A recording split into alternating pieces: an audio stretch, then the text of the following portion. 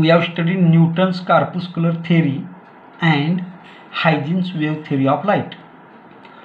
आता हे Newton's कार्पस्क्युलर theory आणि हायजिन्स वेव्ह थिअरी एवढं महत्त्वाचं नाही, परंतु त्यामधलं डिस्टिंक्शन आपण बघूया की जेणेकरून नोट्स जर विचारली तर आपल्याला लिहिता येईल.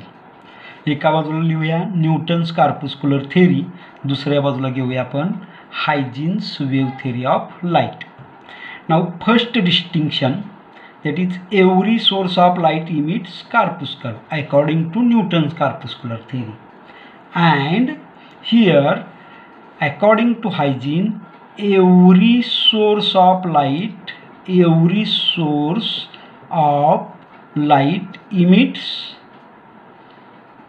waves which is longitudinal in nature.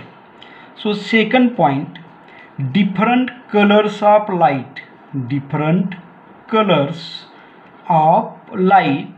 are due to different sizes of the corpuscle. We know that there are different colors to the different colors of light are due to the different sizes. Corpuscles are of different sizes, and here different colors are due to different wavelength. There are different wavelengths to the waves, and due to these different wavelengths there are different colors obtained to the light. Next we get sensation when corpuscle enter our eye. And according to Huygens wave theory,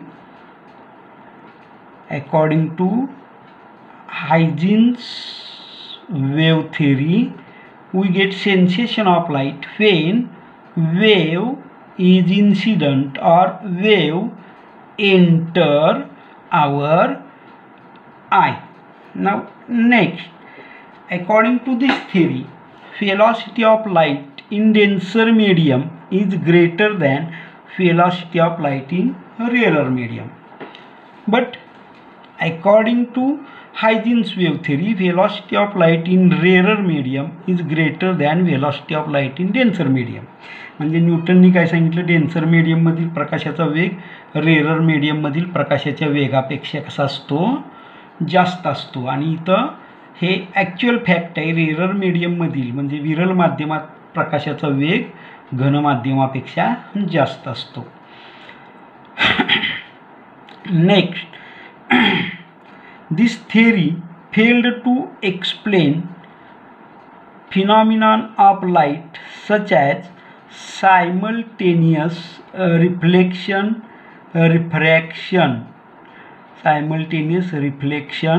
and refraction, diffraction, polarization, interference, etc. So this phenomenon cannot be explained successfully on the basis of Newton's corpuscular theory of light, but all these phenomenon were explained successfully on the basis of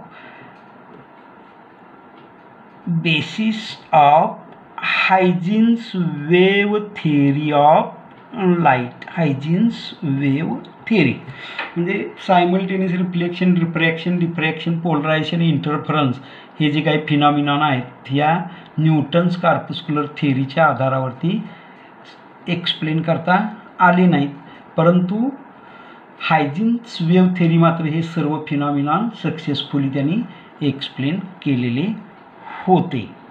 आता या थिअरीच्या आधारावरती Raman's effect, Compton effect, photoelectric effect, etc., which depends upon Newton's corpuscular theory. We assume Newton's corpuscular theory to explain all these phenomenon. So Raman's effect, Compton effect, photoelectric effect can be successfully explained on the basis of Newton's corpuscular theory, but all these phenomena were not explained. He failed to explain. So failed to explain all these phenomenon. Next, a rectilinear propagation of light can be explained on the basis of rectilinear प्रकाश सरळ रेषेत प्रवास करतो. rectilinear propagation of light can be explained successfully on the basis of Newton's corpuscular theory, but this theory failed to explain rectilinear propagation of light. So this is the distinction between Newton's corpuscular theory and Huygens wave theory of light. म्हणजे हे जर आपण लक्षात ठेवलं तर आपण notes लिहू शकतो न्यूटन्स कार्पुस्कुलर थेअरीवरती, तसंच हायजिन्स वेव्ह थेअरीवरती देखील. त्यामुळं एवढे पॉईंट्स आपण लक्षात ठेवायला हरकत नाही. आता नेक्स्ट पॉईंट घेऊया, म्हणजे यामध्ये काही शंका नसावी. Every source of light emits corpuscular according to Huygens wave theory. Here every source of light emits waves. हे तुम्ही मराठीत तुम्हाला समजत असेल, पण जर समजत नसेल तर फोन करून विचारत चला. तुम्ही फोन नाही केला तर मला काही कळणार नाही. तर यामध्ये काही अडचण अशी नाही, खूपसा अवघड काही यात दिसत नाही. तरी पण असेल तरी छोटीशी शंका विचारायला काही हरकत नाही. ठीक आहे, पुढे जाऊया. आता wave front and wave normal महत्त्वाचा पॉईंट आहे. आत्ता जे पॉईंट झाले त्यापैकी हायजिन्स वेव्ह थेअरी बऱ्यापैकी महत्त्वाचा पॉईंट आहे. न्यूटन्स कार्पुस्कुलर थेअरी एवढा नाही, तरी पण डिस्टिंक्शन आपण हे लक्षात ठेवायला हरकत नाही. ज्या वरती प्रश्न दिलेले आहेत ती महत्त्वाचे आहेत जनरली, असं समजून आपण गृहीत धरू. आता वेव्ह फ्रंट म्हणजे काय? वेव्ह फ्रंट, आणि गडबड वगैरे होत असेल एक्सप्लेन करताना किंवा बोलताना तरी पण सांगा, कारण वारंवार ह्या गोष्टी तुम्हाला म्हणजे मी सांगणार नाही की एखाद्या लेक्चरमध्ये गडबड झाली वगैरे, पण विचारायला काही हरकत नाही. आता वेव्ह फ्रंट म्हणजे काय? समजा हा पॉईंट सोर्स आहे आणि हा काय करतो, न्यूटन्स कार्पुस्कुलर थेअरीनुसार किंवा हायजिन्स वेव्ह थेअरीनुसार वेव्ह किंवा काय करतो, कार्पुस्कल देतो. ह्या सोर्सपासून पॉईंट सोर्सपासून लाईट सुरू झाली एका वेळेला at time T equal to 0. कधी सुरू झाली? At time T equal to 0. मग एका ठराविक वेळेनंतर ह्या सर्व वेव्ज किती अंतरावरती असणार आहेत? समजा टी एवढ्या वेळानंतर किती अंतरावरती असणार आहे माहीत आहे आपल्याला. Velocity is equal to distance upon time. मग आता डिस्टन्स किती ट्रॅव्हल करतील त्या टी एवढ्या वेळानंतर व्ही टी, पण आपण वेलॉसिटी ऑफ लाईट काय म्हणतो? C. So distance is C T. म्हणजे हे डिस्टन्स किती असणार आहे इथंपर्यंत? C T. हे किती असणार आहे? C T. कारण इथं टी एवढा 0 एवढ्या वेळ आहे आणि 0 या वेळेपासून टी एवढ्या वेळानंतर पार्टिकल किती अंतर, वेव्ह किती अंतर जाईल? तर सी टी एवढी वेळ जाईल. म्हणजे सर्व बाजूनी हे काय करेल? वेव्ह स्पियर डिस्क्राईब करेल सी टी एवढ्या रेडियसचं. स्पियर म्हणजे माहिती आहे चेंडू. चेंडूच्या सेंटरला हा सोर्स ठेवलेला आहे आपण, म्हणजे इकडं पुढं पाठीमागं या नेक्स्ट अप राईट डाऊन वगैरे सर्व बाजूंना हे स्पियर सी टी एवढं डिस्क्राईब केलेलं असेल. म्हणजे काय होतं आहे, ह्या सर्व वेव्ह एकाच वेळेला एकसारखं अंतर डिस्क्राईब करणार आहेत. किती? तर सी टी एवढे वेळ, आणि एकाच वेळेला इथून वेव्ह गेलेली आहे.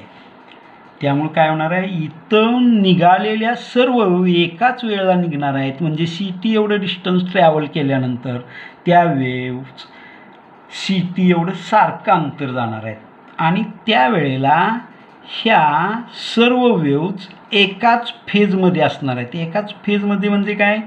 फेज म्हणजे it describes both displacement and direction. म्हणजे समजा इथं हे 0 एवढं डिस्प्लेसमेंट असेल, इथं 0 एवढं डिस्प्लेसमेंट कसं आहे same, and this particle is in the to the next moment it is in the position to move up.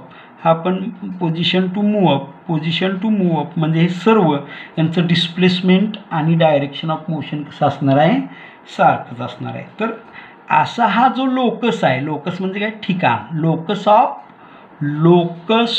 Of all the points of medium, all the points of medium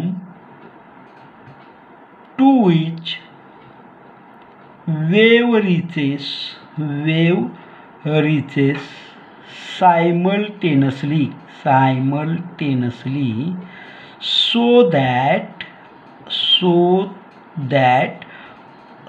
that all the points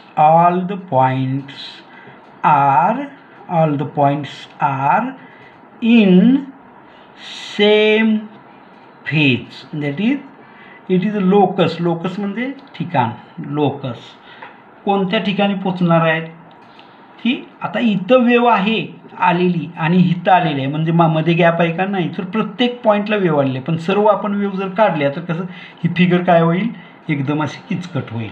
त्यामुळे काढलेली नाही, इथं एक wave काढली, इथं एक wave काढली, म्हणजे याचा अर्थ ह्या दोन्हीमध्ये वेव नाहीत असा नाही. ही डेफिनेशन महत्त्वाची आहे वेव फ्रंटची. काय, locus of all the points of medium to which wave reaches simultaneously so that all the points are in same phase. So this is the definition of wave front. Locus म्हणजे हे ठिकाण. आपण आता इथं wave आलेली आहे, इथं पण असणार आहे, इथं पण असणार आहे, प्रत्येक पॉईंटला वेव असणार आहे. मग काय झालं, हे असं एक एनवलप तयार झालं, आणि हे जे एनवलप आहे या वेवचं, याला काय म्हणतो आपण, wave front. So locus of all the points of medium to which wave reaches simultaneously so that all the points are in same phase, किंवा envelope of all the waves to which wave reaches simultaneously so that all the points are in same phase. अशी जरी आपण definition केली तरी बरोबर असू शकते. म्हणजे काय होतं, ही जी वेवफ्रंट आहे, वेवफ्रंट ही इथं अशी मिळाली. ही कशी आहे, समजा इथं हा सोर्स आहे, तर या लाईट ज्या दिशेला जाते, लाईटच्या प्रोपॅगेशनला ह्या वेवफ्रंट कशी आहे, परपेंडिक्युलर आहे. वेवफ्रंट कशी आहे, परपेंडिक्युलर आहे. आलं लक्षात. मग आता वेव नॉर्मल म्हणजे काय, wave normal as name suggest it is normal. Normal म्हणजे काय, परपेंडिक्युलर. नॉर्मल म्हणजे काय, perpendicular. Perpendicular drawn to the wavefront, perpendicular drawn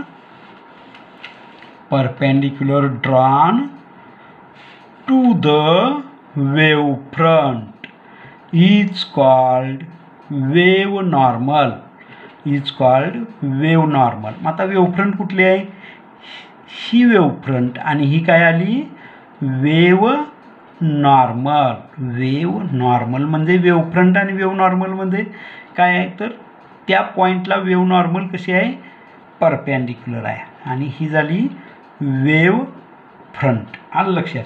म्हणजे वेव नॉर्मल काय देते, wave normal gives direction of propagation of light, direction of propagation of light. Wave normal gives direction of propagation of light. So this is all about wave front and wave normal. ठीक आहे. So what is wave front, the locus of all the points of medium to which wave reaches simultaneously so that all the points are in same phase. आणि wave normal म्हणजे काय, normal drawn to the wave front is called as wave normal. Wave normal काय देते, it gives direction of propagation of wave. So I think if video is made long, it takes more time and it may be uploaded or may not be uploaded. He load होईलच असं नाही. कालचा video सर्वांना तो पहिला जो 26 मिनिटाचा होता तो दोन तीन दिवस झालं डाउनलोडच होत नव्हता व्हिडिओला. त्यामुळे छोटे व्हिडिओ बनवले तर बरं होईल. आता उद्या काय करा तुम्ही, एवढं हे डिस्टिंक्शन बिटवीन न्यूटन्स कॉर्पस्क्युलर थिअरी. आता तुम्हाला समजा थांबवायचं आहे तर मध्येच तुम्ही स्टॉप करून बघू शकता. हे तुम्हाला काय बघायचं आहे, समजा हे डिस्टिंक्शन बघायचं आहे तर मध्येच व्हिडिओवरती क्लिक करा, तिथं थांबा. वेवफ्रंटची डेफिनेशन बघायची तिथं थांबा. परंतु शक्यतो आपण व्हिडिओ बघत असताना काय करायचं आहे, बाजूला नोट्स असतील तर अत्यंत चांगलं होईल. म्हणजे हे वेवफ्रंट आणि वेव नॉर्मलमध्ये डिस्टिंक्शन आहे. उद्या काय करा तुम्ही, वेवफ्रंट आणि वेव नॉर्मलमध्ये काय करूया आपण, डिस्टिंक्शन बघूया. त्यात 1-2च पॉईंट निघतील, डेफिनेशन आणि याची डायरेक्शन वेव नॉर्मलची परपेंडिक्युलर असते आणि वेवफ्रंटची कशी असते, हे 2च पॉईंट्स असतील. हे कधी विचारलेलं नाही पण आपल्याकडं असावा. ठीक आहे. काही शंका असेल तर जरूर विचारा. प्रत्येकाला मी व्हॉट्सअपला टाकायचं तुम्ही मला बोला वगैरे हे काही योग्य नाही. तुम्ही विचारावं अशी अपेक्षा करतो आणि या ठिकाणी आपण थांबू. उद्या सकाळी आणि परत तुम्हाला व्हिडिओ पुढचा Huygens wave theory of light Huygens principle हा महत्त्वाचा पॉईंट आहे, तो पाहूया. 1-2दा बघा, 3दा बघा व्हिडिओ. जोपर्यंत कळत नाही तोपर्यंत बघा. नाहीच काही कळलं तर फोन करून विचारा. ठीक आहे. ओके, थांबूया.